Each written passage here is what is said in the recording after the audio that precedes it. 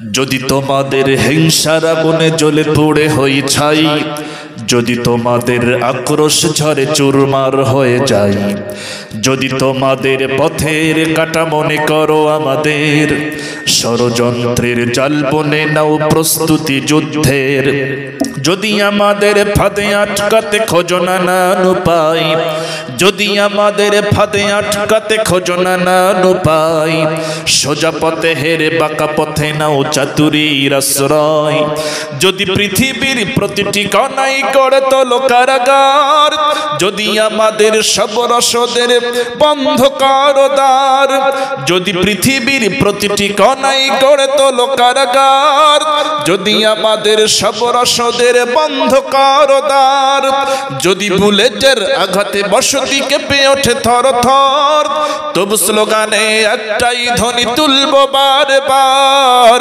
নারায়ে তাকবীর আল্লাহু আকবার, নারায়ে তাকবীর আল্লাহু আকবার, নারায়ে তাকবীর আল্লাহু আকবার, নারায়ে তাকবীর।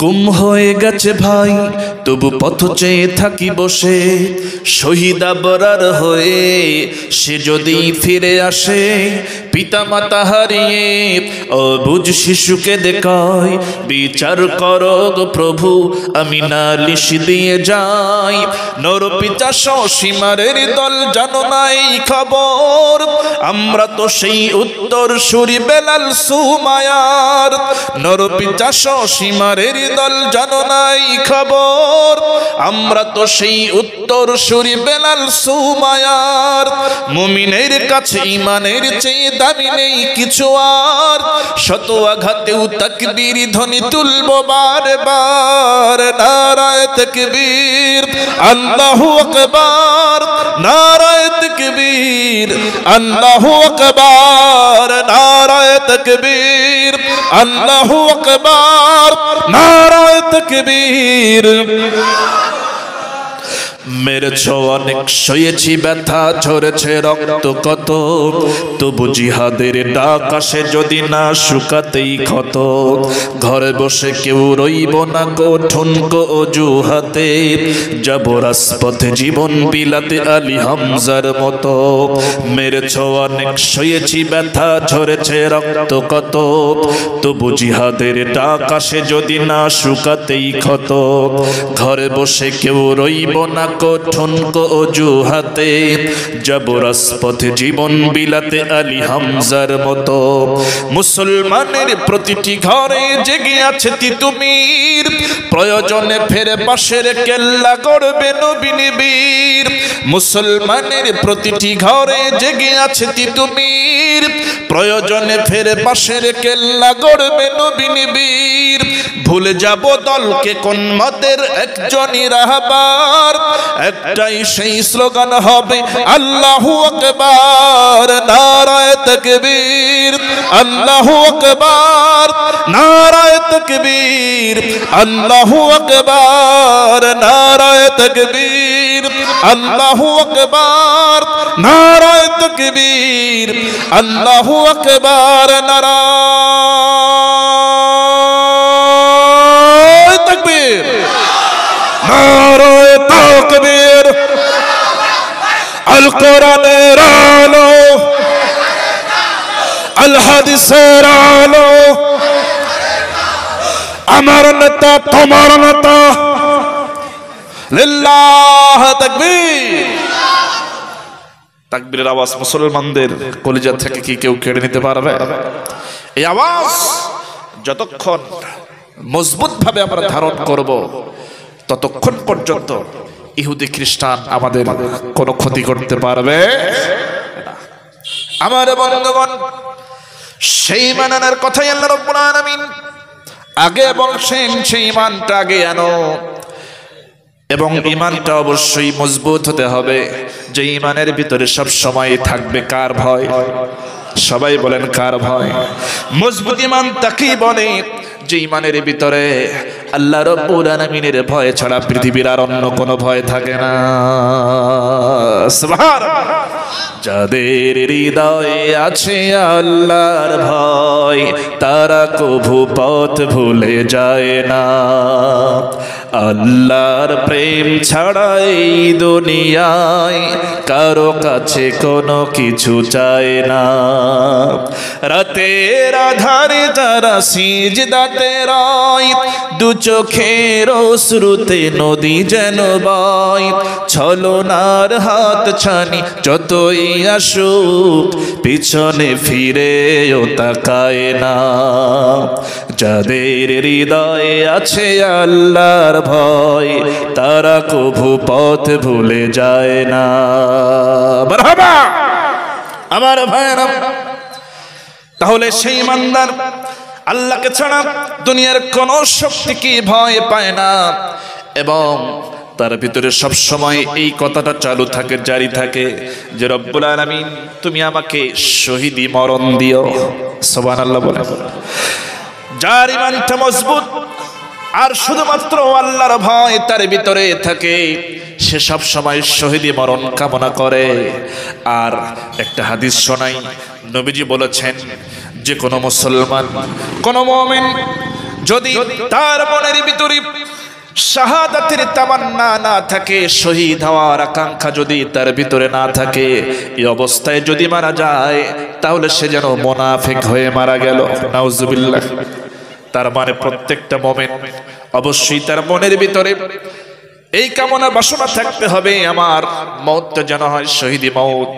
আল্লাহ তুমি আমাকে এই মরণ দান করো।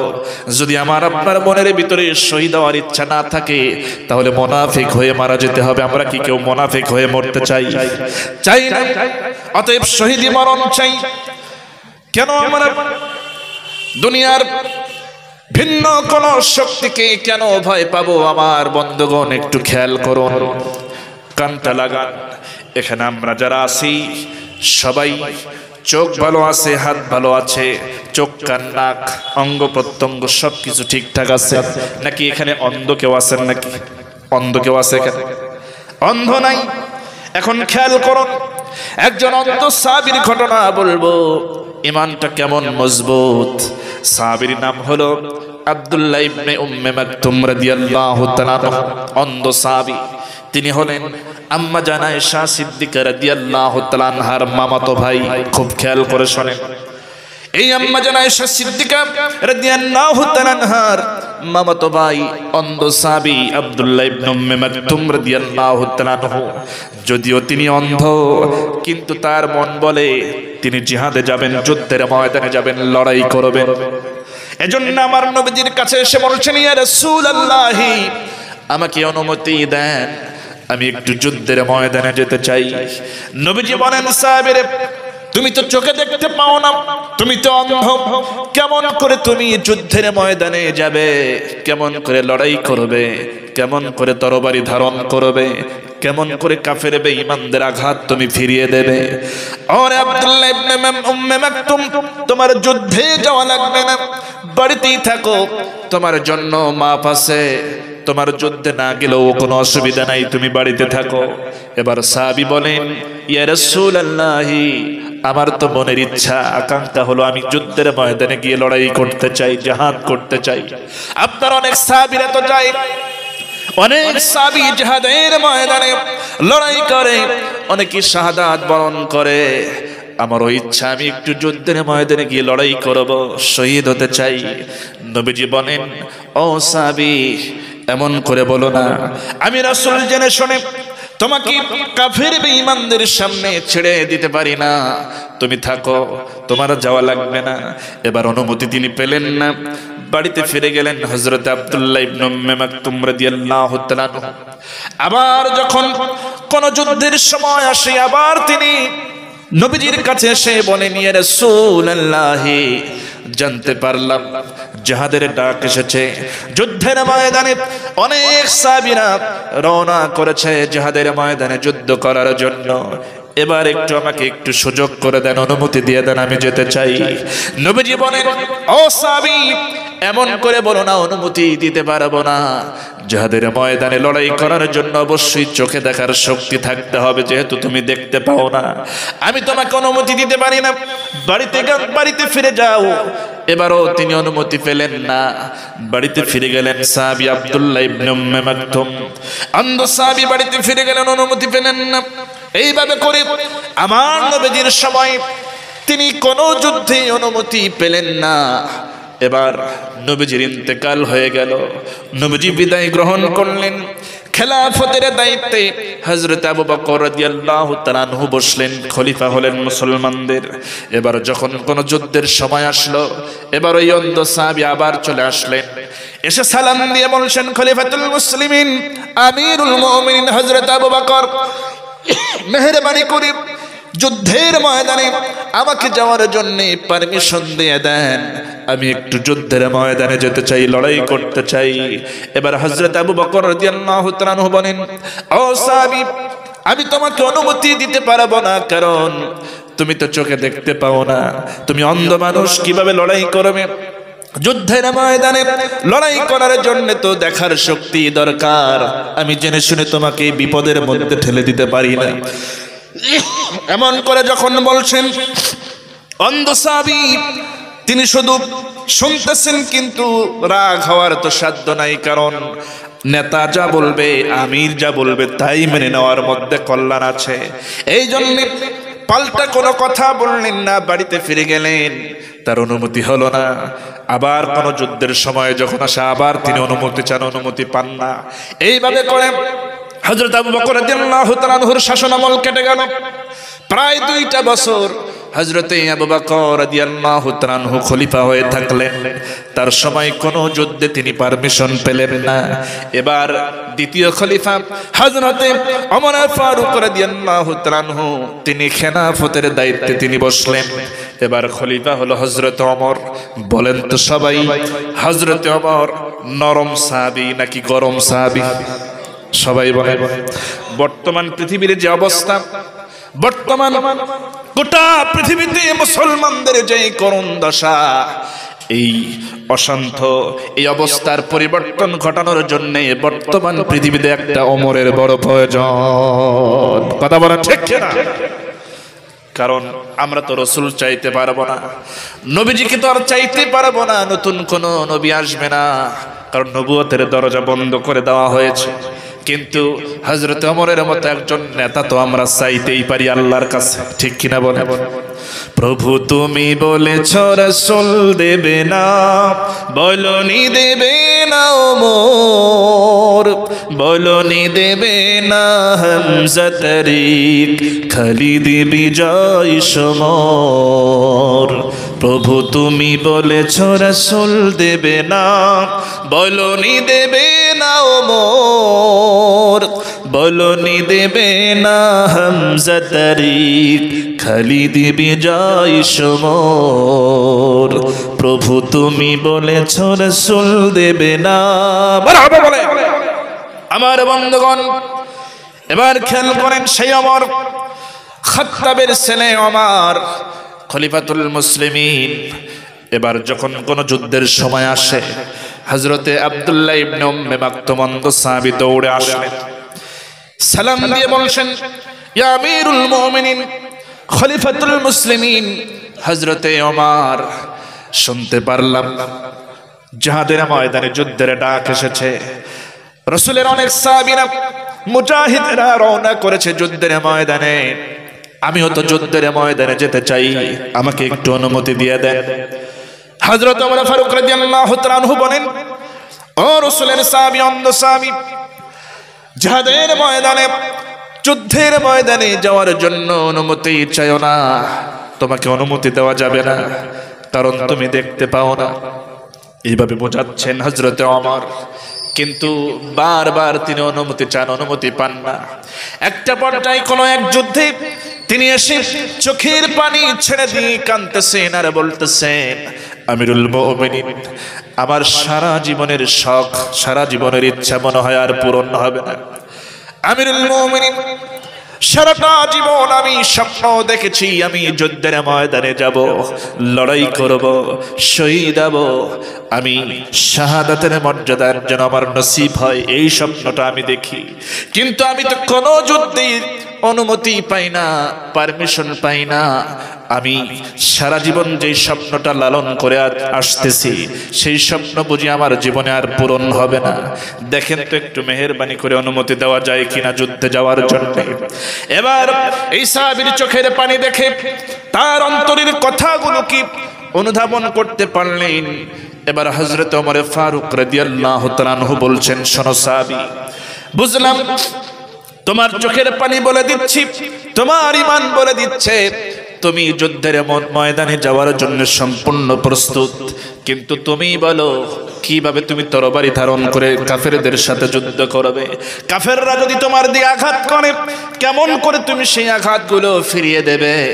এবার এই কথা শুনে অন্ধ সাহাবী বলছেন, আমিরুল মুমিনিন, বুঝলাম আমার দুইটা চোখ আছে কিন্তু দেখতে পাই না, আমি অন্ধ, চোখে দেখি না, এই জন্য তরবারি ধারণ করতে পারবো না, এটা ঠিক। আমি যুদ্ধ করতে পারবো না, এটা ঠিক। কাফেরদের কোনো আঘাত আমি ফিরিয়ে দিতে পারবো না, এটাও ঠিক। কিন্তু আমিরুল মুমিনিন, এই যুদ্ধের ময়দানে শুধু তরবারি ধারণ করা, যুদ্ধ করা ছাড়া আরো তো অনেক কাজ থাকে। যেমন জিহাদের ময়দানে, যুদ্ধের ময়দানে একজন কালেমার পতাকা ধারণ করার জন্য দরকার হয় ইসলামের পতাকা, ইসলামের ঝান্ডাকে উঁচু করে ধরার জন্য একজন মানুষের প্রয়োজন হয়। আমি না হয় ওই কাজটাই করব। আমি জিহাদের ময়দানে আমার এই দুই হাত দিয়ে শক্ত করে কালেমার পতাকা উঁচু করে ধরে রাখবো। আমার দুইটা চোখ অন্ধ হতে পারে, আমার হাত তো কোনো অসুবিধা নাই। আমার দুইটা হাত ভালো, দুইটা হাত মজবুত, দুইটা হাতে কোনো অসুবিধা নাই। আপনি আমাকে অনুমতি দেন, আমি কালেমার পতাকা, ইসলামের পতাকা উঁচু করে ধরে রাখবো। এজন্য তো চোখে দেখার দরকার নাই, এজন্য তো তরবারি ধরার দরকার নাই, যুদ্ধ করার প্রয়োজন নাই। আমি শুধু আমার প্রাণপণে দুই হাতে শক্ত করে ইসলামের ঝান্ডা আমি ধারণ করে উঁচু করে ধরে রাখবো। এইভাবে করে আমি আমার সমস্ত শক্তি দিয়ে ইসলামের পতাকা উঁচু করে ধরে রাখবো যুদ্ধের ময়দানে। আর হঠাৎ করে দূর থেকে যদি কোনো তীর এসে, কোনো বল্লম এসে যদি আমাকে আক্রান্ত করে, আমাকে বিদ্ধ করে, আমাকে যদি ভেদ করে, আমাকে আক্রান্ত করে, যদি রক্তাক্ত করে দেয়, আমি ওই সময়ও চেষ্টা করে যাব, যতক্ষণ পর্যন্ত শরীরে শক্তি আছে, যতক্ষণ পর্যন্ত শরীরে আমার রক্তবিন্দু থাকবে, ততক্ষণ পর্যন্ত কালেমার পতাকা উঁচু করে ধরে রাখার জন্য চেষ্টা করে যাব, মাটিতে আমি পড়তে দেব না। সুবহানাল্লাহ। বলেন তো তার ভিতরের ঈমান কি দুর্বল না মজবুত? অন্ধ সাহাবী, অথচ দেখেন তার ভিতরে শহীদ হওয়ার আকাঙ্ক্ষা কেমন। এবার বলছে, আমিরুল মুমিনিন অনুমতি দিয়ে দেন, কালেমার পতাকা আমি ধারণ করে রাখবো। যদিও আমাকে তীর নিক্ষেপ করা হোক, বল্লম নিক্ষেপ করা হোক, তবু আমি চেষ্টা করে যাব এই ইসলামের পতাকাকে উড্ডীন করে রাখার জন্য। আর কোন সময় যদি এমনটা হয় তীরের পরে তীর এসে আমাকে ঝাঁঝরা করে দিচ্ছে, বিদ্ধ করে দিচ্ছে, আর আমি যদি টিকে থাকতে না পারি, কালেমার পতাকা যদি আমি ধারণ করে রাখতে না পারি, একটা পর্যায়ে কালেমার পতাকা যদি আমার হাত থেকে পড়ে যাওয়ার উপক্রম হয়, আর আমি যদি পড়ে যাই আর যদি শহীদ হয়ে যাই, এর চাইতে সৌভাগ্য আমার আর কিছুই হবে না। সুবহানাল্লাহ। আমি শহীদ হব। এবার হযরত ওমর ফারুক রাদিয়াল্লাহু তাআলা আনহু তার এমন কথা শুনে তিনি নিজেই আশ্চর্য হয়ে গেলেন। আহারে, অন্ধ মানুষ, অন্ধ সাহাবী, তার ইমানি জজবা কেমন, শহীদ হওয়ার আকাঙ্ক্ষা কেমন, তার ইমানটা কত মজবুত, তার ইমানটা কত মজবুত, শহীদ হতে চায়। এবার হযরত ওমর ফারুক দেরি করলেন না, এবার এই সাহাবীকে বলছে, আব্দুল্লাহ ইবনে উম্মে মাকতুম রে, ও রাসূলের অন্ধ সাহাবী, যাও যাও, এই মুহূর্তে আমি যুদ্ধে যাওয়ার জন্য আমি তোমাকে পারমিশন দিয়ে দিলাম। সুবহানাল্লাহ। এই যুদ্ধটা হলো পারস্যের সাথে যুদ্ধ। কাদের সাথে? পারস্যের সাথে যুদ্ধ। তৎকালীন পরাশক্তি রোম এবং পারস্য, এই দুইটা শক্তিধর রাষ্ট্র। তার মধ্যে রোমদের ইতিহাস আমরা জানি, কারণ সূরা কোরআনে কারিমে সূরা রোম নামে একটা সূরা আছে। কথা বলেন ঠিক কিনা? রোমদের ইতিহাস সেখানে বলা আছে। আর হলো পারস্য, এই দুইটা হলো পরাশক্তি। এরা হলো তৎকালীন সময় সুপার পাওয়ার। সেই পারস্যের সঙ্গে যুদ্ধ হবে। হযরত ওমর ফারুক রাদিয়াল্লাহু তাআলা আনহু তিনি হলেন খলিফা। এবার তিনি মুজাহিদদেরকে গঠন করে প্রস্তুত করে সেনাপতির দায়িত্ব দিলেন হযরতে সাদ বিন আবি ওয়াক্কাস রাদিয়াল্লাহু তাআলা আনহু। সুবহানাল্লাহ বলেন। সেনাপতি হযরতে সাদ বিন আবি ওয়াক্কাস রাদিয়াল্লাহু তাআলা আনহু আর ৬০,০০০ মুসলমান মুজাহিদ। এই ৬০,০০০-এর মধ্যে অন্ধ সাহাবী আব্দুল্লাহ ইবনে উম্মে মাকতুম রাদিয়াল্লাহু তাআলা আনহু চান্স পেয়ে গেলেন। সুবহানাল্লাহ। ৬০,০০০ মুজাহিদের মধ্যে এই অন্ধ সাহাবীকেও অনুমতি দেওয়া হলো, সেও চান্স পেয়ে যায়। আর সেনাপতি হলো হযরতে সাদ বিন আবি ওয়াক্কাস রাদিয়াল্লাহু তাআলা আনহু। আর যুদ্ধটা হলো পারস্যের সাথে। যুদ্ধটার নাম হলো কাদেসিয়ার যুদ্ধ। একবার বলেন তো কোন যুদ্ধ? কাদেসিয়ার যুদ্ধ। এই যুদ্ধে সেনাপতি হলেন হযরতে সাদ বিন আবি ওয়াক্কাস রাদিয়াল্লাহু তাআলা আনহু। এই হযরত সাদ বিন আবি ওয়াক্কাস রাদিয়াল্লাহু তাআলা আনহু তিনি কিন্তু সাধারণ কোন সাহাবী নয়। এই দুনিয়ায় যারা বেঁচে থাকা অবস্থায় জান্নাতের সুসংবাদ পেয়েছেন তাদের একজন হলেন হযরত সাদ বিন আবি ওয়াক্কাস। জোরে বলেন সুবহানাল্লাহ। তিনি ইসলামের পক্ষে সর্বপ্রথম তিনি ইসলামের পক্ষ হয়ে তিনি রক্ত ঝরাইছেন কাফেরদের। একটা শুকনা মরা উটের শুকনা হাড় দিয়ে একজন কাফেরের মাথায় আঘাত করেছিলেন। কারণ হলো তিনি পাহাড়ের গুহার মধ্যে তিনি নামাজ পড়তেছিলেন, কারণ ওই সময় প্রকাশ্যে নামাজ পড়া নিষিদ্ধ ছিল। মক্কার সময় অবস্থান করার সময় পাহাড়ের গুহায় তিনি নামাজ পড়ছিলেন। আর একজন কাফের এসে তাকে অশ্রাব্য ভাষায় অকট্য ভাষায় গালি দেয়, তাকে আঘাত করে। আর এটা তিনি মানতে পারেন নাই, সহ্য করতে পারেন নাই। এবার সাদ বিন আবি ওয়াক্কাস রাদিয়াল্লাহু তাআলা আনহু তাকিয়ে দেখেন একটা মরা উটের হাড় পড়ে আছে, শুকনা হাড়।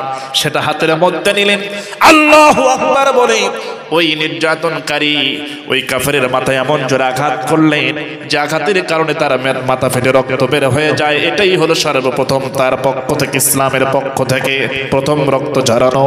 এবং সর্বপ্রথম ব্যক্তি হলেন হযরতে সাদ বিন আবি ওয়াক্কাস রাদিয়াল্লাহু তাআলা আনহু। আল্লাহু আকবার। সেই সাহাবী সেনাপতি, কাদেসিয়ার যুদ্ধের সেনাপতি, ৬০,০০০ মুজাহিদ তার সঙ্গে এবং অন্ধ সাহাবী আব্দুল্লাহ ইবনে উম্মে মাকতুম তিনিও আছেন। এবার তারা রওনা করেছেন পারস্যের দিকে। রওনা করে হঠাৎ করে যেতে যেতে সামনে বিশাল বড় দরিয়া, বিশাল বড় সাগর তাদের সামনে পড়ল।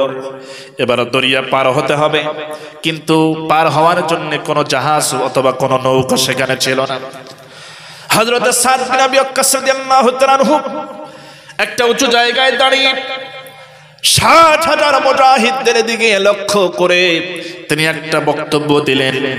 ও রাসূলের সাহাবীরা, তোমরা কি আল্লাহর দ্বীনের এই পতাকা, কালেমার এই দাওয়াত সাগরের এই কিনারা পর্যন্তই রাখতে চাও, নাকি সাগর পাড়ি দিয়ে ওই সাগরের ওই পারে আফ্রিকার ভূখণ্ডেও তোমরা এই দিনের পতাকাকে তোমরা উড্ডীন করতে চাও, কালেমার পতাকা উড়াইয়া দিতে চাও?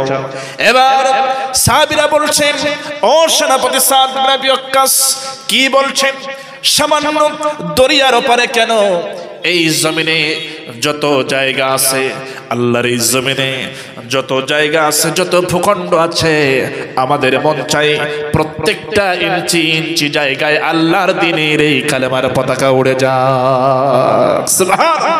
আমরা গোটা পৃথিবীতে আল্লাহর দ্বীনের দাওয়াত পৌঁছে দিতে চাই, কালেমার পতাকা উড়াইয়া দিতে চাই। এবার এই কথা শুনে হযরত সাদ বিন আবি ওয়াক্কাস রাদিয়াল্লাহু তাআলা আনহু তিনি বললেন, তাহলে শুনে রাখো, আমাকে অনুসরণ করো, আমাকে অনুসরণ করে চলো। যদিও আমাদের পার হওয়ার জন্য কোনো নৌকা নাই, কোনো যানবাহন নাই, কিন্তু মুজাহিদদেরকে আল্লাহ পাক স্বয়ং সাহায্য করবে। এবার তিনি আল্লাহর নামে উচ্চারণ করে এবার তার ঘোড়াটা যখন চালায়া দিলেন সাগরের মধ্যে, এবার 60,000 মুজাহিদ অন্ধ সাহাবী সহ ঘোড়াটা তার পেছনে পেছনে চালায়া দিলেন। আল্লাহ রাব্বুল আলামিন তাদেরকে এই সাগর পাড়ি দিয়া ওপারে পার করে দিলেন। আরে এই কথাটা কত সুন্দর করে আমার দেশের কোরআনের মুফাসসির, আপনারা হয়তো জানেন কোরআনের মুফাসসির, বাংলাদেশে যাকে কোরআনের পাখি বলে ডাকা হতো, তিনি আজ জমিনে নাই। আল্লাহ পাকের ডাকে তিনি শহীদ হয়ে আল্লাহর দরবারে পাড়ি জমিয়েছেন। আল্লামা দেলাওয়ার হোসেন সাইদি কত সুন্দর করে এই ঘটনা বলতে গিয়ে কবির ভাষায় কত সুন্দর করে তিনি বলেছেন, দশত দশত হ্যাঁ दरिया भी न छोड़े हमने, दश्त दश्त है दरिया भी न छोड़े हमने, बहर जुल्मत पे दौड़ा दिए घोड़े हमने। मरहबा।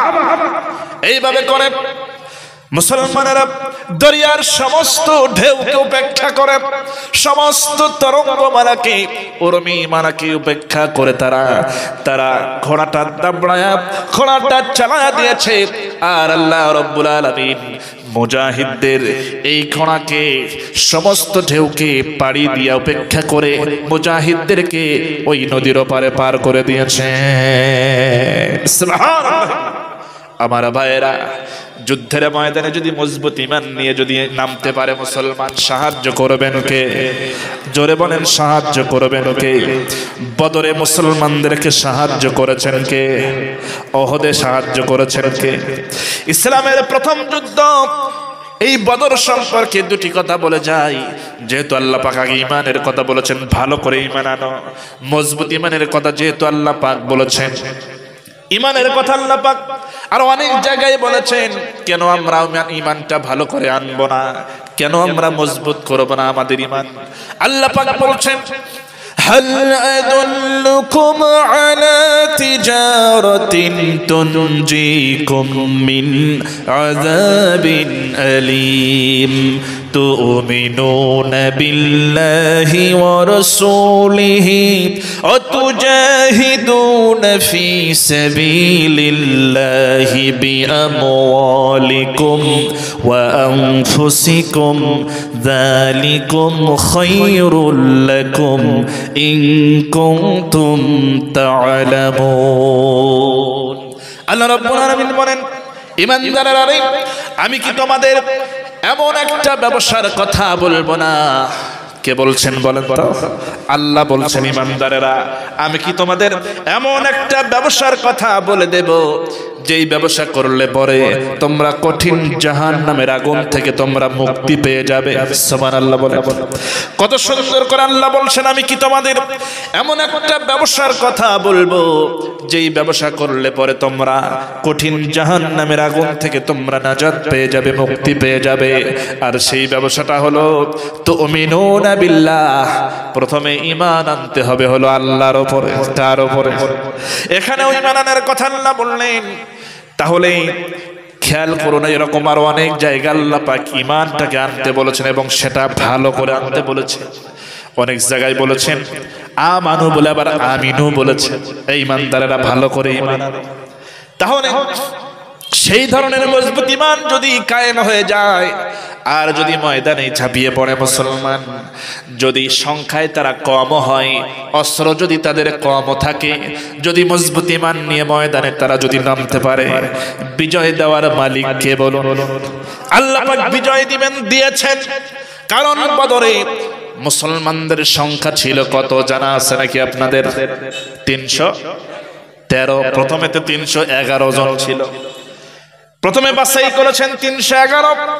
কিন্তু এই যে হযরত আফরা রাদিয়াল্লাহু তাআলা আনহা, এই মহিলা সাহাবীর দুইটা সন্তান বাজ এবং মুআওয়াজ, জানা আছে না? বাজ এবং মুআওয়াজ, এই দুইজন বালক, এদের ঘটনা আমরা সবাই জানি।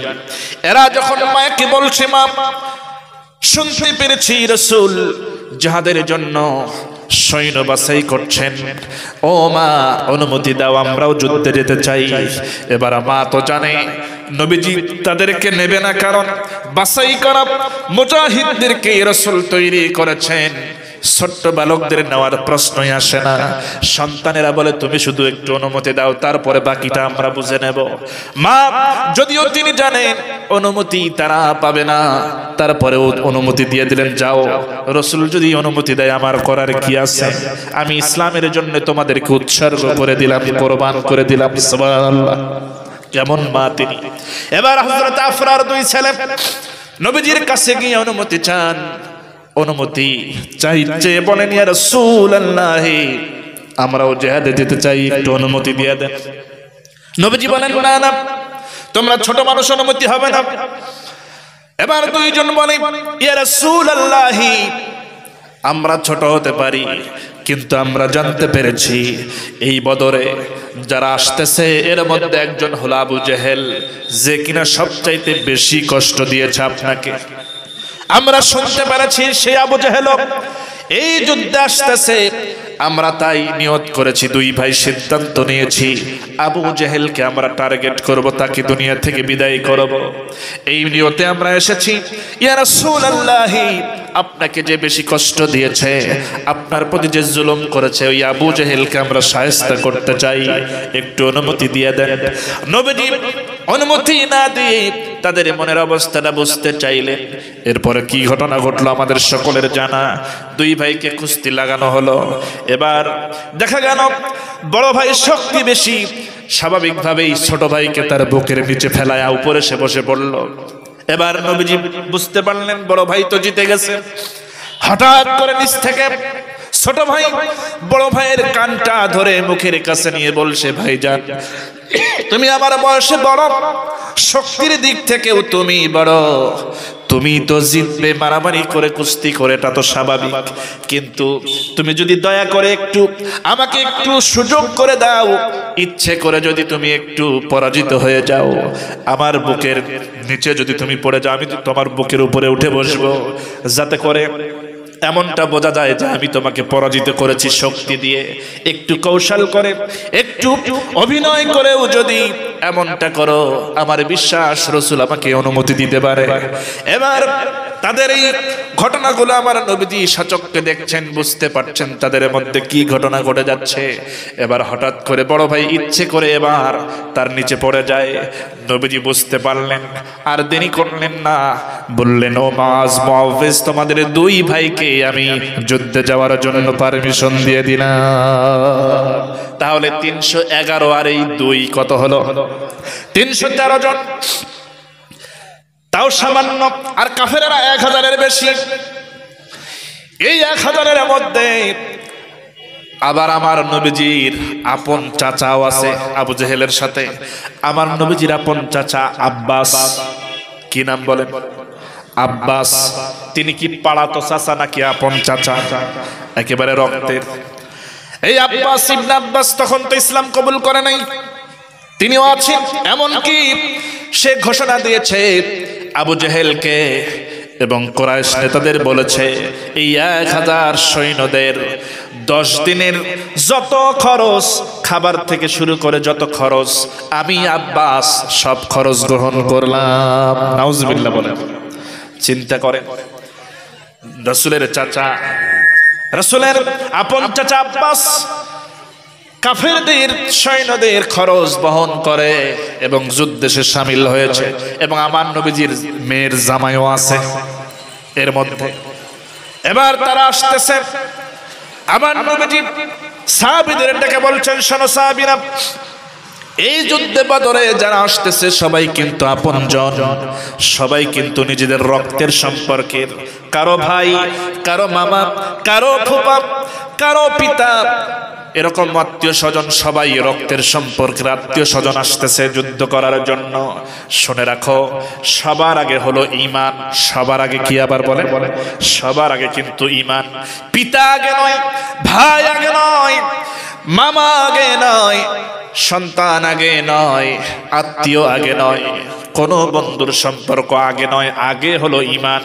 শোনো সাহাবীরা, আগে ঈমান, আগে আল্লাহ, আগে আল্লাহ রাসূল, আল্লাহর দ্বীন, আল্লাহর প্রতি ঈমান, এগুলো হলো আগে, আর বাকি সব হলো দুনিয়ার সবকিছু হলো পরে।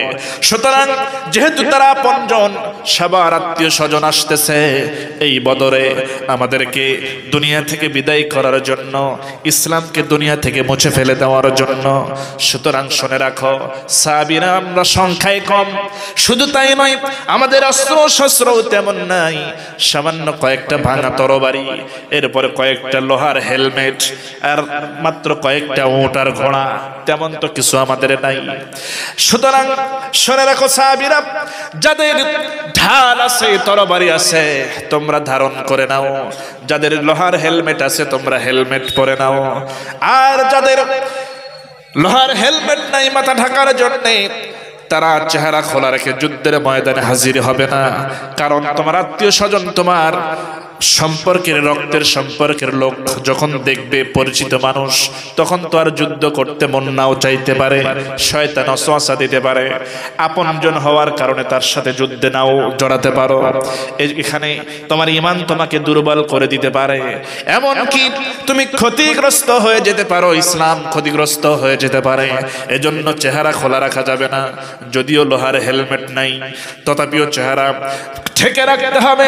এই জন্য যাদের হেলমেট নাই তোমরা পাগড়ি ব্যবহার করো, পাগড়ি দিয়ে তোমাদের চেহারাটাকে সম্পূর্ণ ঢেকে ফেলো, যাতে করে বোঝা না যায় এটা অমুক, এটা অমুক, এটা অমুকের ভাই, অমুকের সন্তান, অমুকের ভাগ্নে, এটা যেন বোঝা না যায়। চেহারা ঢেকে ফেলো, শুধু চোখ দুটো কোন রকমে বের করো, যাতে করে তোমরা যুদ্ধ করতে পারো, দেখতে পারো সুস্পষ্ট ভাবে। এইরকম করে দুটি চোখ বের করে রাখো। সবাই তাই করলেন, আমার নবীজির অর্ডারকে ফলো করলেন, মজবুত ঈমান বুকে ধারণ করে। এবার সমস্ত সাহাবী, সামান্য কয়েকজনের শুধু লোহার হেলমেট ছিল, তারা হেলমেট পরে নিলেন, চেহারাটা ঢেকে গেল। কিন্তু অধিকাংশ সাহাবীর তো হেলমেট নাই, তারা পাগড়ি পরিধান করলেন, সমস্ত চেহারাটা মাথা পেঁচায়া পেঁচায়া সব চেহারা ঢেকে ফেলে শুধু চোখ দুটো বের করে রাখলেন। ময়দানে হাজির হয়ে গেল 313 জন। লড়াই হবে। আমার নবীজি সব কিছু উপলব্ধি করতে পারছেন, আবার সতর্ক করে দিচ্ছেন সাহাবীরা, শুনে রাখো তোমরা তোমাদের সমস্ত রোজা যারা সমস্ত রোজাদাররা রোজা তোমরা ভেঙে দাও। কারণ আবু জেহেলরা সুযোগ পেয়েছে এই যুদ্ধের ময়দানে আমাদেরকে ঘায়েল করবে, কারণ তারা জানে আমরা রোজা আছি। কি আছি? রোজা। কারণ বদরের যুদ্ধ হয় হলো রমজান মাসে। চিৎকার দিয়ে বলেন কোন মাসে? রমজান মাসে। আবু জেহেল এটাই টার্গেট করেছে, আমরা ক্ষুধার্ত থাকবো, এই সুযোগে তারা আমাদেরকে শেষ করাবে। কিন্তু আমি রাসূল ঘোষণা দিয়ে দিচ্ছি, ও সাহাবীরা, এই মুহূর্তে তোমরা রোজা ভেঙে দাও, এরপরে যুদ্ধের জন্য ময়দানে দাঁড়িয়ে যাও। আমার নবীর কথা শুনে সামান্য কয়েকজন সাহাবী রোজা ভাঙলেন, কিন্তু অধিকাংশ সাহাবী তারা রোজা ভাঙলেন না। এবার অধিকাংশ সাহাবীদের মনের ধারণা হলো, আমরা কেন এই রোজা ভাঙবো? রোজার তো অনেক পুরস্কারের কথা আমরা শুনেছি, সামান্য একটা আমল করলে বহু গুণ সওয়াব আল্লাহ দিবে। রোজাদারের মুখের দুর্গন্ধ মিশক আম্বরের চাইতেও বেশি পবিত্র আল্লাহর কাছে। কথা বলেন ঠিক কিনা?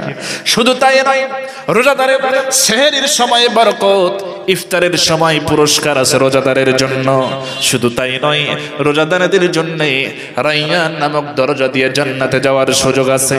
এই যে কত কত ফজিলত, এই ফজিলতগুলো মনে করে সাহাবীরা, অধিকাংশ সাহাবীরা তারা মনে মনে ভাবতেছেন, আমরা রোজা ভাঙবো না, আমরা রোজা রেখেই যুদ্ধ করব, রোজার সওয়াবও নেব, জিহাদের সওয়াবও নেব, দুই সওয়াবই আমরা নিতে চাই। এটা হলো অধিকাংশ সাহাবীর ধারণা। কিন্তু আমার নবীজি অর্ডার করেছেন রোজা ভাঙার জন্য। এজন্য যত কিছুই সাহাবীরা ভাবুক না কেন, নবীজির অর্ডারকে ফলো করার মাধ্যমেই হচ্ছে কল্যাণ। কথা বলেন ঠিক কিনা? এই জন্য যারা সামান্য কয়েকজন রোজা ভেঙেছেন তারা সঠিক কাজ করেছেন। অধিকাংশ সাহাবী যখন ধারণা করেছেন আমরা রোজা ভাঙবো না, 2 সওয়াব আমরা নেব, রোজা রাখার সওয়াব নেব, আবার যুদ্ধ করার সওয়াব নেব। আমার নবীজি অধিকাংশ সাহাবীর এই মনের এই ধারণাগুলো বুঝতে পারলেন, অনুধাবন করতে পারলেন। এজন্য আমার নবীজি দেরি না করে একটা উঁচু জায়গায় তিনি উঠে দাঁড়িয়ে গ্লাস ভর্তি পানি আমার নবীজি হাতের মধ্যে নিয়া এই গ্লাস ভর্তি পানি আমার নবীজি পান করলেন আর বললেন, ও সাহাবীরা, আমি বিশ্ব নবী রোজা ভেঙে দিলাম, তোমরা সবাই এবার রোজা ভেঙে দাও। আল্লাহু আকবার। নবীজি বললেন, শোনো সাহাবীরা, আমি রাসূল রোজা ভাঙলাম, তোমরাও রোজা ভেঙে দাও। কারণ এইভাবে করে শুধু আজকে নয়, কিয়ামত পর্যন্ত যদি ইসলামকে আঘাত করার জন্য, আল্লাহর দ্বীনকে মুছে ফেলার জন্য, আল্লাহর দ্বীনকে জমিন থেকে মিটিয়ে দেওয়ার জন্য, ইসলামকে মুছে ফেলার জন্য যদি কিয়ামত পর্যন্ত কাফের বেঈমানেরা এইভাবে করে আঘাত করতে আসে, যুদ্ধ করার জন্য আসে, প্রয়োজনে কিয়ামত পর্যন্ত রোজা ভেঙে দিয়ে হলেও যুদ্ধ করা যায় যাচ্ছে। আমার নবীজি বুঝায় দিলেন, শোনো সাহাবীরা, রোজা ভেঙে দিয়ে যুদ্ধ করো। আজকে যদি ইসলাম কায়েম থেকে যায়, আগামী বছর আবার রোজা রাখার পরিবেশ ফিরে পাওয়া যাবে। আল্লাহু আকবার। এবার সাহাবীরা সবাই রোজা ভেঙে দিলেন, কেউ আর রাখলেন না। কারণ রোজার চাইতে দিন বিজয়ের এটাই ফরজটাই হলো বড় ফরজ। সুবহানাল্লাহ বলে আগে দিন কায়েম হয়ে যাক। এবার আমার নবীর সামান্য সাহাবীদেরকে নিয়ে যুদ্ধ শুরু করার জন্য যখন অর্ডার করলেন, লড়াই চলতেছে, যুদ্ধ শুরু হয়ে গেছে। আমার ভাইয়েরা খেয়াল করুন, এবার এই যুদ্ধ আত্মীয় স্বজনদের সাথে, নিজের বংশের সাথে যুদ্ধ, বন্ধু বান্ধবদের সাথে যুদ্ধ। খেয়াল করুন, যুদ্ধ করতে করতে একজন সাহাবী, নাম হলো তার হযরত আবু উবাইদা রাদিয়াল্লাহু তাআলা আনহু। এই হযরত আবু উবাইদা, তার পিতার নাম হলো জাররাহ, এজন্য তাকে বলা হয় আবু উবাইদা ইবনুল জাররাহ রাদিয়াল্লাহু তাআলা। এই সাহাবী হযরত আবু উবাইদা 313 জনের একজন মুজাহিদ, আল্লাহর দ্বীনের পক্ষের সৈনিক। কিন্তু অপরদিকে তার পিতা জাররাহ, এ হলো আবু জেহেলের পক্ষে, কাফেরদের পক্ষে শিরকের প্রতীক হয়ে ইসলামের বিরুদ্ধে এসে তরবারি ধারণ করে এসেছে ময়দানে। একবার খেয়াল করুন, আমার আল্লাহর নবীর পক্ষে, রাসূলের পক্ষে, দ্বীনের পক্ষে হলো সন্তান আবু উবাইদা, আর কাফেরদের পক্ষে ইসলামের বিরুদ্ধে তরবারি ধারণ করছে পিতা জাররাহ। একটু মনোযোগ দিয়ে শুনে, ঈমানকে কি ঈমান পরীক্ষা শুরু হয়ে গেল। আবু উবাইদার লড়াই করতে করতে কাফের বেঈমানদের সাথে লড়াই করতে করতে অনেক কাফেরকে দুনিয়া থেকে জাহান্নামে তিনি পাঠায়া দিলেন। এবার হঠাৎ করে তিনি লক্ষ্য করলেন, আবু উবাইদা খেয়াল করতেছেন যে আহারে, সামনে তো আমার পিতা জাররাহকে দেখা যায়। এবার তার পিতা জাররাহ বুঝতে পারে নাই যে তার সামনে তার সন্তান আবু উবাইদা দাঁড়িয়ে। কারণ ওই যে নবীজি বলেছেন, চেহারা যেন খোলা না থাকে, চেহারা ঢেকে ফেলবা যেন বুঝতে না পারে। এই জন্য আবু উবাইদা রাদিয়াল্লাহু তাআলা আনহু একেবারে এমন ভাবে চেহারাটা পাগড়ি দিয়ে পেঁচায় পেঁচায় ঢেকে রেখেছেন, শুধু চোখ দুটো বের করা। এই জন্য তার পিতা জাররাহ বুঝতে পারে না এটাকে। এবার আবু উবাইদা খেয়াল করতেছেন, আমার পিতা জাররাহকে দেখা যায় না, না, পিতার সঙ্গে তো আমি সন্তান হয়ে তরবারি ধারণ করতে পারি না। এই কথা মনে করে হঠাৎ করে তিনি সেখান থেকে সরে পড়লেন, কৌশল করে, হিকমত করে সেখান থেকে তিনি সরে পড়লেন। পিতার সাথে তিনি লড়াই করতে চাইলেন না। দূরে কোথাও গিয়ে অন্য কাফিরের সঙ্গে তিনি লড়াই লিপ্ত হয়ে গেলেন।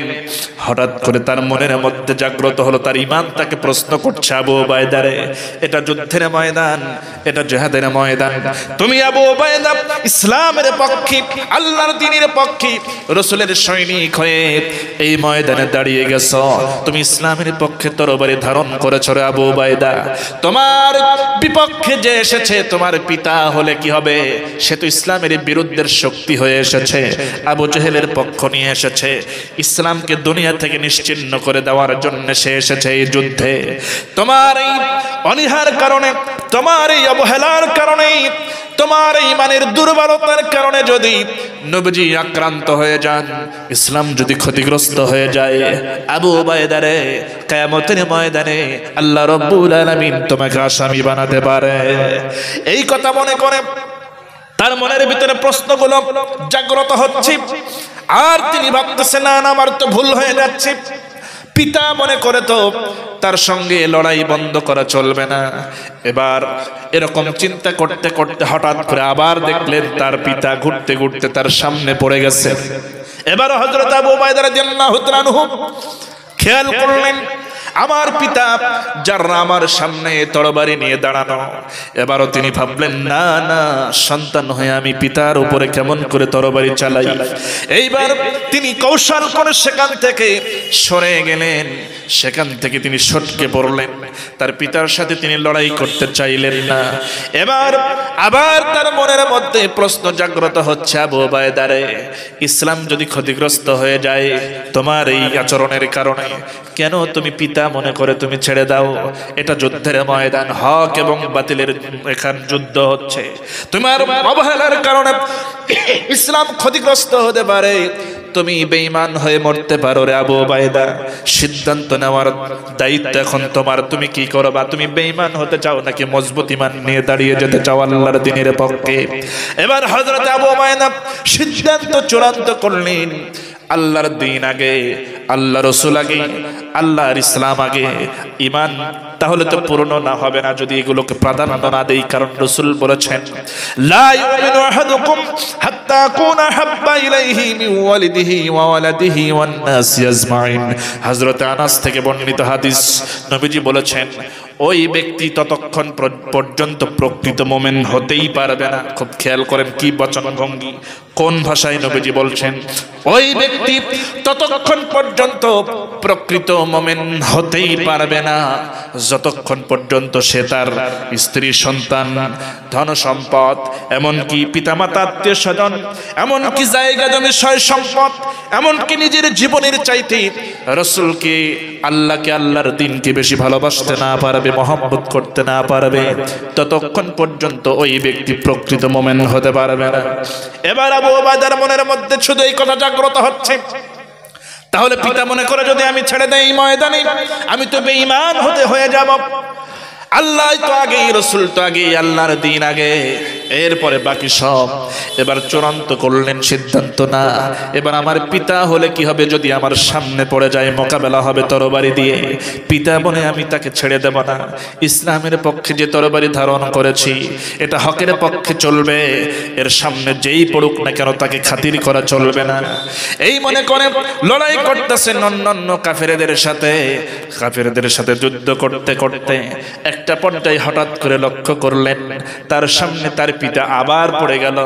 এবার তার পিতা জাররা এবার তার সামনে যখন পড়ে যায় আবু উবাইদা, এবার আর দেরি করে নাই, মজবুত ঈমান বুকে ধারণ করে হযরত আবু উবাইদা রাদিয়াল্লাহু তাআলা আনহু এবার আল্লাহু আকবার বলে এমন জোরে সজোরে আঘাত করেছেন তার পিতা জাররার গর্দান বরাবর, এমন জোরে আঘাত করেছেন দেখা গেল কিছুক্ষণের ব্যবধানে, মুহূর্তের মধ্যেই তার পিতার দেহ থেকে মস্তকটা মাটিতে পড়ে গড়াগড়ি খেতে লাগলো, গর্দানটা আলাদা হয়ে মাটিতে গড়াগড়ি খেতে লাগলো।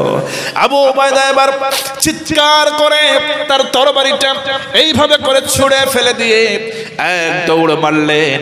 এক দৌড়ে যুদ্ধের ময়দানের বাইরে পাহাড়ের গোড়ায় বসে তিনি হাউমাউ করে কান্নাকাটি করা শুরু করে দিলেন। কারণটা হলো এতক্ষণ তো মজবুত ঈমানের পরিচয় দিয়ে এবার তার পিতা কুফরের শক্তি হয়ে, কাফেরদের পক্ষের শক্তি হয়ে আসার কারণে এবার তিনি পিতাকে পিতা মনে না করে মজবুত ঈমানের পরিচয় দিয়ে আল্লাহর দ্বীনের পক্ষে তরবারি চালায়া পিতার গর্দানটা নামায়া দিয়েছে। এটা তো সিদ্ধান্ত সঠিক, এটা তো সঠিক কাজ করেছেন।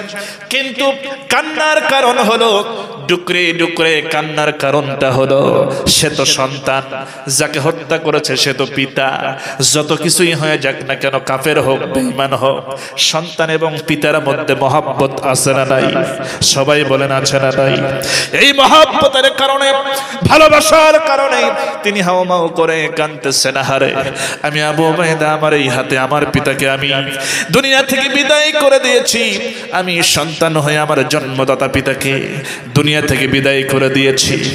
এই কথা বলে মহব্বতের কারণে তিনি কাঁদতেছেন, কিন্তু তার ঈমান কিন্তু বিন্দু পরিমাণ দুর্বল হয় নাই।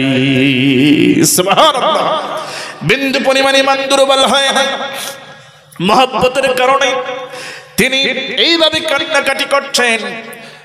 এদিকে যুদ্ধের ময়দানে লড়াই চলছে, যুদ্ধ চলছে। হঠাৎ করে দেখা গেল কাফের বেঈমানেরা দলে দলে পালিয়ে যাওয়া শুরু করেছে। আর এই যুদ্ধে এমন ঘটনা ঘটেছে, এরকম মজবুত ঈমান নিয়ে ময়দানে হাজির হওয়ার কারণে আল্লাহ রাব্বুল আলামিন অসংখ্য ফেরেশতা দিয়ে বদরে মুসলমানদের সাহায্য করেছে। সুবহানাল্লাহ, কোরআন বলছে إن الذين قالوا ربنا الله ثم استقاموا تتنزل عليهم الملائكة ألا تخافوا ولا تحزنوا وأبشروا بالجنة। কত সুন্দর করে মহান রব্বুল আলামিন বলছেন, ইন্নাল্লাযীনা ক্বালু রাব্বুনাল্লাহ, নিশ্চয়ই যারা বলবে আমার রব হলো আল্লাহ। একবার চিৎকার দিয়ে বলেন তো আমার রব কে? আর একবার বলেন আমার রব কে? যারা বলবে আমার রব হলো আল্লাহ, শুধু বলেই ক্ষান্ত হবে না, বললেই তো পরীক্ষা শুরু হয়ে যাবে। আর পরীক্ষার কারণে এবার তাদেরকে পাকড়াও করা হবে, ধরা হবে, নির্যাতন করা হবে। তবুও তারা সুম্মাস্তাকামু, এর উপরে অটল থাকবে, দণ্ডায়মান থাকবে, পিছপা হবে না, পিছলে যাবে না। যতই নির্যাতন করা হোক না কেন তাদেরকে, তবুও তারা দণ্ডায়মান থাকবে। প্রয়োজনে তাদের সামনে যদি এমন বুলেট হাজির করা হয়, এমনকি ফাঁসির দড়ি যদি হাজির করা হয়, তবুও ঈমানদার ফাঁসির দড়িকে ভয় পায় না। আমার ভাইরা, যারা এরকম সুম্মাস্তাকামু, দণ্ডায়মান থাকবে, ইস্তিকামাত থাকবে, তাদের উপরে তো পরীক্ষা শুরু হয়ে যাবে। এরকম করে যারা দণ্ডায়মান থাকবে তাদের জন্য আল্লাহ পাক বলছেন, এরকম যদি করে তাহলে আল্লাহ তাখাফু, তাদের কোনো ভয় নাই, ওয়ালা তাহজানু, তাদের চিন্তাও নাই, ওয়া আবশিরু বিল জান্নাহ, আর তাদের জন্য জান্নাতের সুসংবাদ। এবার আয়াতের মধ্যে আল্লাহ পাক বলেছেন তাতানাজ্জালু আলাইহিমুল মালাইকা, শব্দ বলেছেন। এই ধরনের মুজাহিদদের জন্য আমি আল্লাহ পাক ফেরেশতাদেরকে নাজিল করি। সুবহানাল্লাহ, এই বদরে তাই হয়েছে, ফেরেশতা নাজিল করে আল্লাহ পাক সাহায্য করেছেন। আহারে মনে পড়ে গেল আবার সেই কোরআনের মুফাসসিরের কথা। আল্লামা দেলাওয়ার হোসেন সাইদি এই বদরের ঘটনা বলতে গিয়ে, এই যে আল্লাহ পাক যে ফেরেশতাদের সাহায্য করেছেন, সেই ঘটনা বলতে গিয়ে কবির ভাষায় কত সুন্দর করে সাইদি সাহেব বলেছেন, হেজায়ে বদরে पैदा कुन फरिश्ते तेरी नसरत को हुदर सकते गर्दों से कतर अंदर कतारत ही। এরকম করে কবির ভাষায় কত সুন্দর করে তিনি বলেছেন।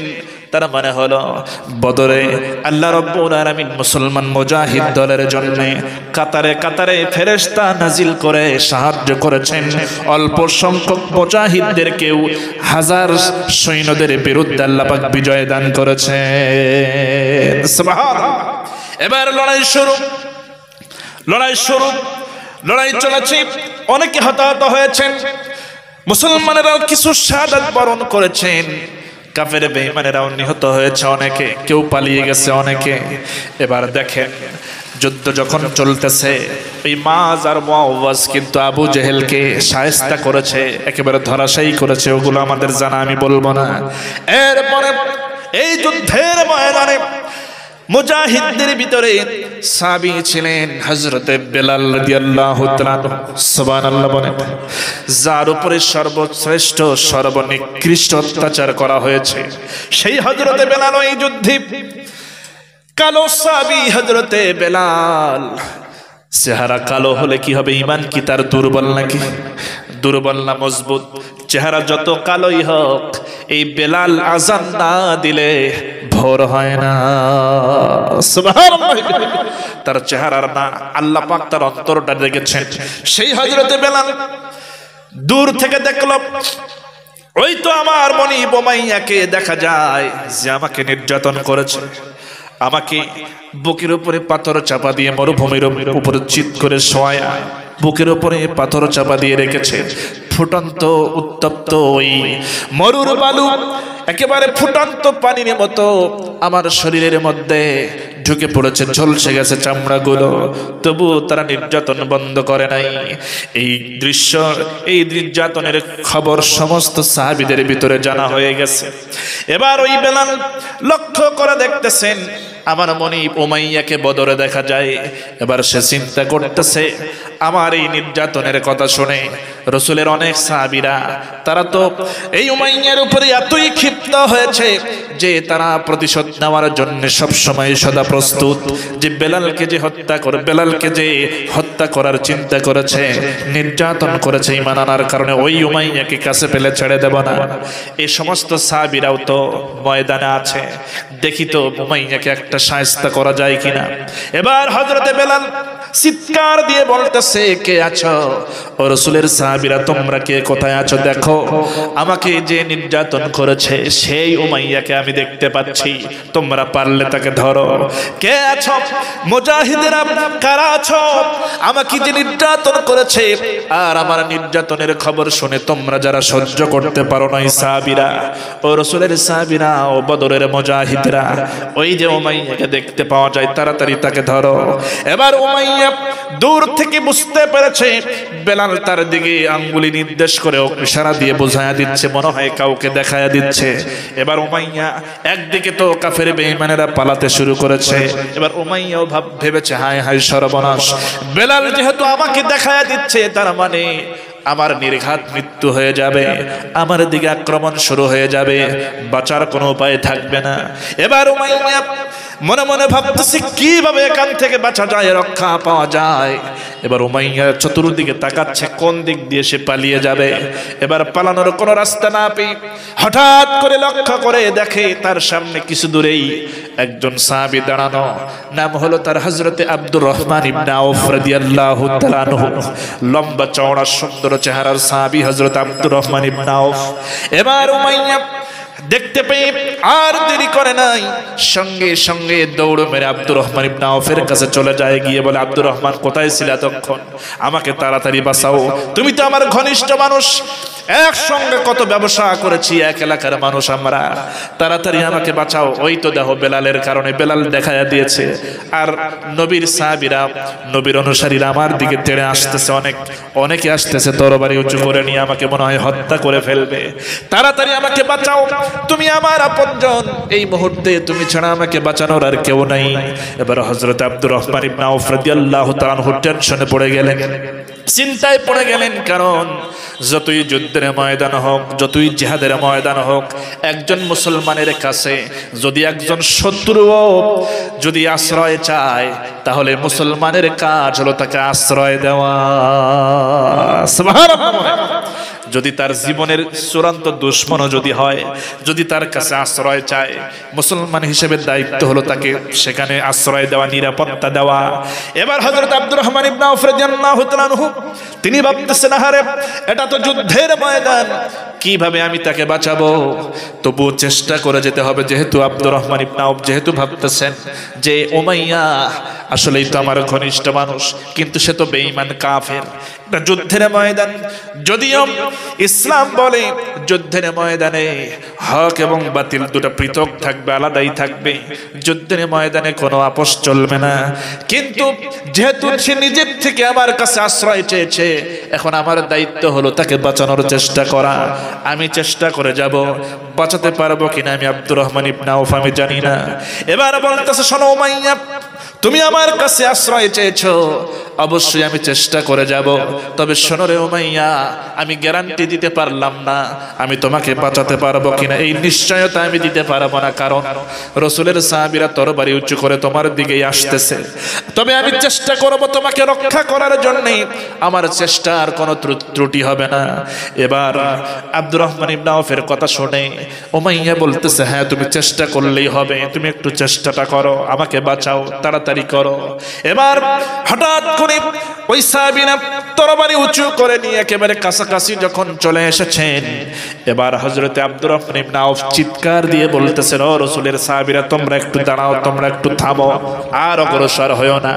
এই উমাইয়া আমার কাছে আশ্রয় চেয়েছে, নিরাপত্তা চেয়েছে, আমি তোমাদেরকে অনুরোধ করতেছি তার দিকে অগ্রসর হয়ো না, তাকে আঘাত করো না, তাকে মেরো না। কিন্তু তারা কেউ শুনতেছে না, কারণ যতক্ষণ পর্যন্ত উমাইয়াকে শেষ না করা হয় ততক্ষণ পর্যন্ত মুজাহিদদের দিল ঠান্ডা হবে না। কারণ হযরতে বেলালের উপরে যে নির্যাতনটা হয়েছে, যে নির্যাতনটা তারা করেছে, সাহাবীরা তা মেনে নিতে পারে নাই, সহ্য করতে পারে নাই। এই জন্য তারা মেনে নিতে না পেরে তাদের টার্গেট আগে উমাইয়াকে দুনিয়া থেকে বিদায় করব, এরপরে পরের সব কথা হবে। এই জন্য তারা থামে না, আরো কাছাকাছি চলে আসে। হযরত আব্দুর রহমান ইবনে আউফ রাদিয়াল্লাহু তাআলা আনহু তিনি বুঝতে পেরেছেন কোনো কাজ হবে না, আমার কথা তারা শুনবে না, উমাইয়াকে হত্যা করেই ফেলবে মনে হয়। এই জন্য তিনি একটা কৌশল করলেন, কৌশল বের করে, হিকমত বের করে তিনি বলছেন, ওরে উমাইয়া, আর দেরি করো না, এই মুহূর্তে তুমি জমিনের উপরে শুয়ে পড়ো, এই মুহূর্তে জমিনে শুয়ে পড়ো, আমি চেষ্টা করব তোমাকে বাঁচাবার জন্য, রক্ষা করার জন্য। এবার তার কথা শুনে উমাইয়া আর দেরি করে না, জমিনের উপরে শুয়ে পড়েছে। আব্দুর রহমান ইবনে আউফ রাদিয়াল্লাহু তাআলা আনহু তিনি তো উসা লম্বা, তিনি তো সুদর্শন মানুষ, লম্বা চওড়া মানুষ, তিনিও দেরি করেন নাই, উমাইয়ার উপরে তিনি শুয়ে পড়েছেন তাকে ঢেকে ফেলার জন্য, যাতে করে আঘাত না লাগে, যাতে করে তিনি তার ধারণা আমি আব্দুর রহমান কি উপরে থাকার কারণে আমি আমার শরীরে আঘাত লাগবে, এই কথা মনে করে হয়তো রাসূলের সাহাবীরা আঘাত করবে না, বন্ধ করবে। এই জন্যে এবার তিনি কি করলেন, উমাইয়ার উপরে শুয়ে পড়লেন, তাকে ঢেকে ফেললেন, আর বলতেছে, ও রাসূলের সাহাবীরা, দোহাই লাগে তোমরা আঘাত করো না, উমাইয়াকে প্রয়োজনে যা শাস্তি হয় পরে দেওয়া হবে, রাসূলের হাতে তুলে দেব। কিন্তু সাহাবীরা শোনে না। এবার বলতেছে, আব্দুর রহমান ইবনে আউফ, তাড়াতাড়ি করে তুমি তাকে ছেড়ে দাও, তাকে আঘাত করতে দাও, তার উপর থেকে তুমি সরে যাও। কিন্তু আব্দুর রহমান ইবনে আউফ রাদিয়াল্লাহু তাআলা আনহু প্রাণপণে চেষ্টা করে যাচ্ছেন কোনো রকমে উমাইয়াকে রক্ষা করা যায় কিনা, কিন্তু কোনো লাভ হচ্ছে না। এবার দেখা গেল সাহাবীদের মনের ভিতরে শুধু একটাই প্রতিশোধের চেতনা, কারণ বেলালকে যে নির্যাতন করেছে তার কোনো রেহাই হবে না, বেলালকে যে নির্যাতন করেছে তার কোনো রেহাই হবে না। এজন্য তাকে ঘেরাও করে রাখা হলো, চতুর্পাশে ঘেরাও করে ধরলো কয়েকজন সাহাবী। এবার তরবারি, এবার তো খোলাই আছে তরবারিটা মুষ্টিবদ্ধ করে শক্ত করে ধারণ করে, যাদের কাছে খঞ্জর ছিল খঞ্জরটা বের করলো। এবার কি করলো, শেষবারের মতো বলতেছে, আব্দুর রহমান ইবনে আউফ, তাড়াতাড়ি করে ছেড়ে দাও, উমাইয়াকে আমাদের হাতে ছেড়ে দাও, তাকে আমরা আঘাত করব, তাকে হত্যা করব এখানে, তাছাড়া আমাদের কোনো বিশ্রাম নাই। হযরত আব্দুর রহমান ইবনে আউফ রাদিয়াল্লাহু তাআলা আনহু বলছেন, তোমরা একটু চিন্তা করো, আমি যেহেতু তাকে নিরাপত্তা দেওয়ার জন্য চেষ্টা করে যাচ্ছি, একটু সদয় হও। কিন্তু কোনো সাহাবী তার কথা শোনে না। এবার তারা বুঝতে পেরেছে আব্দুর রহমান ইবনে আউফ তাকে ছেড়ে দেবে না, মুক্ত করবে না, উপর থেকে সরে যাবে না। এজন্য তারা কি করলো, একেবারে মাটির নিচ দিয়ে আব্দুর রহমানের শরীরের নিচ দিয়ে, শরীরে যেন আঘাত না লাগে, এজন্য একেবারে মাটির নিচ দিয়ে তরবারি এরকম ভাবে খোঁচায়া তরবারি দিয়ে ঘা দেওয়া শুরু করলো, খঞ্জর দিয়ে ঘা মারা শুরু করলো। দুই পার্শ্ব থেকে, চতুর্পার্শ্ব থেকে সাহাবীরা তরবারি মাটির নিচ দিয়ে ঢোকায়া দিয়া উমাইয়াকে ক্ষত বিক্ষত করে দুনিয়া থেকে উমাইয়াকে বিদায় করে দেয়। আল্লাহু আকবার। হযরত আব্দুর রহমান ইবনে আউফ রাদিয়াল্লাহু তাআলা আনহু আর তাকে রক্ষা করতে পারলো না, উমাইয়ার বিদায় হয়ে গেল।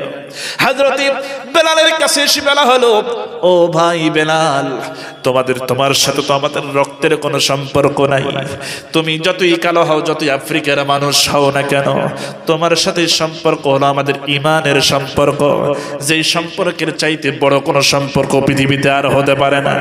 যেমন আমি বাংলাদেশি মানুষ, আমার সাথে আপনার রক্তের সম্পর্ক নাই, এটা ঠিক, কিন্তু যতই আমি বাংলাদেশি হোক না কেন, যতই আমি আমেরিকান হই না কেন, যতই আমি আফ্রিকার হই না কেন, কালেমার ঘোষণা যখন দিয়েছি তখন থেকে আমি আপনি ভাইয়ে পরিণত হয়ে গেছি। ঈমানের সম্পর্ক আমাদের মধ্যে তৈরি হয়ে গেছে। আর যেই সম্পর্ক পিতার চাইতে, সন্তানের চাইতে, ভাইয়ের চাইতে, চাচার চাইতে, মামার চাইতে, সব চাইতে সবচাইতে বেশি সবচাইতে বড় ঈমানের সম্পর্ক। আপনার ভাই যদি বেঈমান হয়, আপনার ভাই যদি ইসলামের বিরুদ্ধাচরণ করে, আর সেই ক্ষেত্রে আমি যদি ঈমানের পক্ষে দাঁড়িয়ে যাই, আপনার ভাইয়ের চাইতে আমি আপনার কাছে আপন। সুবহানাল্লাহ। আমার ভাইয়েরা, তাই সাহাবীরা বলছেন, ভাই বেলাল, আমাদের আত্মা শীতল হয়ে গেছে। আজকে তোমার উপরে নির্যাতন হয়ে যাওয়া যেই তোমার মনি, যার গল্প শুনে এসেছি এতদিন কাল, তোমার উপরে নির্যাতনকারী ব্যক্তিকে উমাইয়াকে দুনিয়া থেকে বিদায় করতে পেরে আমাদের কলিজাটা ঠান্ডা হয়ে গেছে। আমরা একটু তৃপ্তি বোধ করছি, তোমার উপর নির্যাতনকারীকে আমরা হত্যা করতে পেরেছি। আমার ভাইয়েরা, এইভাবে করে ময়দানে বিভিন্ন ধরনের ঘটনা ঘটে যায়। আমার নবীজি এবার যুদ্ধের শেষ পর্যায়ে নবীজি বললেন, সাহাবীরা তাড়াতাড়ি করে তোমরা সাহাবীদের হিসাবটা আমার কাছে দাও, দেখো তো কারা কারা শহীদ হয়েছে। আমার নবীজিকে জানানো হলো, ইয়া রাসূলুল্লাহ, মুসলমানদের মুজাহিদদের ভিতরে শহীদ হয়েছে আমরা দেখলাম 14 জন। কতজন বলেন? 14 জন শহীদ হয়েছেন, শাহাদাত বরণ করেছেন। আর 17 জন কাফের বেঈমানেরা নিহত হয়েছে, আর 70 জনকে আমরা বন্দী করেছি। ইয়া রাসূলুল্লাহ, আশ্চর্যের ব্যাপার হলো এই বন্দীদের মধ্যে আপনার মেয়ের জামাইও আছে, আপনার আপন চাচা আব্বাসও আছে। আল্লাহু আকবার বলেন। এবার সাহাবীরা বলছেন, ইয়া রাসূলুল্লাহ, যাদেরকে আমরা বন্দী করেছি তাদের ভিতরে আপনার মেয়ের জামাই আছে, আপনার আপন চাচা আব্বাস আছে, তাদেরকেও আমরা বন্দী করে রেখেছি। আমার নবীজি শুনলেন, চিন্তিত হয়ে গেলেন, আহারে, একেবারে কাছের মানুষ, পরিবারের মানুষ এসেছে ইসলামকে ধ্বংস করে দেওয়ার জন্য। আমার ভাইয়েরা, এইবার আমার নবীজি বললেন, তাদের ব্যাপারে সিদ্ধান্ত পরে নেওয়া হবে, আগে আমাকে বলো তো আবু ওবায়দা কোথায়, একটু তাকে আমার কাছে হাজির করো। এবার সবাই আবু ওবায়দা রাদিয়াল্লাহু তাআলা আনহুকে খোঁজার জন্য চলে যায়, কোথাও তাকে খুঁজে পাওয়া যায় না। নবীজিকে বলা হলো, ইয়া রাসূলুল্লাহ, আবু ওবায়দাকে তো আমরা কোথাও পেলাম না। নবীজি বলছেন, তাড়াতাড়ি করে চলে যাও, খুঁজে এই জিহাদের ময়দান বদরের সীমানার বাইরেও তোমরা খুঁজে দেখো, অবশ্যই তাকে পাবে। তাড়াতাড়ি করে আবু ওবায়দাকে আমার সামনে হাজির করো। এবার সবাই মিলে আবু ওবায়দা রাদিয়াল্লাহু তাআলা আনহুকে খোঁজার জন্য চলে যান। হযরত ওমর ফারুক রাদিয়াল্লাহু তাআলা আনহু তিনিও খুঁজতে চলে গেলেন। গিয়ে দেখতে পেলেন সীমানার বাইরে, বদরের যে সীমানা তার বাইরে আবু ওবায়দা রাদিয়াল্লাহু তাআলা আনহু বাচ্চা ছেলের মতো ডুকরে ডুকরে কেঁদে কেঁদে তোর চোখটা ফুলায়া ফেলেছে। হযরত আবু ওবায়দা রাদিয়াল্লাহু তাআলা আনহুকে হযরত ওমর ডাকতেছেন, আবু ওবায়দা রে, তাড়াতাড়ি করে চলো, রাসূল তোমাকে তালাশ করছেন, রাসূল তোমাকে ডেকেছেন। হযরত আবু ওবায়দা কাঁদতে কাঁদতে হযরত ওমরের সঙ্গে রওনা করলেন, নবীদের সামনে হাজির হলেন। নবীজি আবু ওবায়দার চেহারা দেখে মুস্কি মুস্কি হাসতেছেন। এবার হযরত আবু ওবায়দা রাদিয়াল্লাহু তাআলা আনহু চোখের পানি ছেড়ে কাঁদতেছেন, তার কান্না তো বন্ধ হয় না। এবার নবীজি হাসতেছেন, আবু ওবায়দা কান্দে। সাহাবীরা ভাবতেছেন, আহারে, আশ্চর্য হয়ে গেলাম, বুঝলাম না ব্যাপারটা। আবু ওবায়দা কান্দে, আবু ওবায়দার চোখে পানি, আর রাসূলের মুখে মুস্কি হাসি, কারণটা কি বুঝলাম না। এবার সাহাবীরা আশ্চর্য হয়ে নবীজিকে প্রশ্ন করে বসলেন, ইয়া রাসূলুল্লাহ, বুঝলাম না ব্যাপারটা, আপনি হাসেন, আপনার মুখে মুস্কি হাসি, কিন্তু আবু ওবায়দার চোখে পানি, বুঝলাম না বিষয়টা, ব্যাপারটা কি একটু বলা যাবে কি? এবার নবীজি বললেন, ও সাহাবীরা, শুনে রাখো, শুনে রাখো, আমি নবী, আমাকে যা জানানো হয় তোমাদের জানানো হয় না। শুনে রাখো, শোনানো হয় না। শুনে রাখো, আবু ওবায়দার জন্য সুসংবাদ, সেটা হলো সে মজবুত ইমানের কারণে, ইমানকে প্রাধান্য দিয়ে তার ইমানকে মজবুত আকার ধারণ করে তার কুফরির শক্তি নিয়ে আসা জন্মদাতার পিতাকে সে গর্দানটা নামায়া দিয়েছে। আল্লাহর কাছে এই কাজটা এত পছন্দ হয়ে গেছে, আল্লাহ পাক জিবরাইলের মাধ্যমে একটু আগে জানায়া দিল যে, হে রাসূল, তাকে জানায়া দেন, আবু ওবায়দাকে শোনায়া দেন, যে কাজটা সে করেছে আল্লাহর আরশ খুশি হয়ে গেছে, তার জন্য দুনিয়াতে বেঁচে থাকা অবস্থায় আল্লাহ রাব্বুল আলামিন তাকে জান্নাতের সুসংবাদ দিয়েছে। সুবহানাল্লাহ।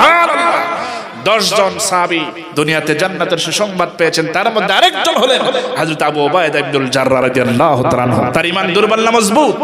আল্লাহ পাক আমাদের ঈমানটাকে মজবুত করুন, বলছে আমিন। আখির দাওয়ানা আলহামদুলিল্লাহি রাব্বিল আলামিন। আসসালামু আলাইকুম ওয়া রাহমাতুল্লাহি ওয়া বারাকাতুহু। মেহমান এসেছেন, তিনি আলোচনা পেশ করবেন, তার নামে ঘোষণা হবে। আপনারা আমার জন্য দোয়া করবেন, আপনাদের জন্য দোয়া রইল। হ্যালো ভালো আলহামদুলিল্লাহ, এতক্ষণ ধরে বাংলাদেশে আগত বালা যে বক্তব্য আপনার সামনে রেখেছেন, খুব সুন্দর বক্তব্য রেখেছেন। সময় থাকলে আরো বলা যেত, কিন্তু সময়ের দিকে লক্ষ্য করে তার বক্তব্য এখানে ইতি করতে হল। এবার আপনাদের সম্মুখে বক্তব্য রাখবেন খ্যাতি সম্পন্ন মুফাসসির কোরআন আল্লাহ হযরত মাওলানা আবুল বাশার সাহেব, পিজরা আবুল বাশার সাহেব,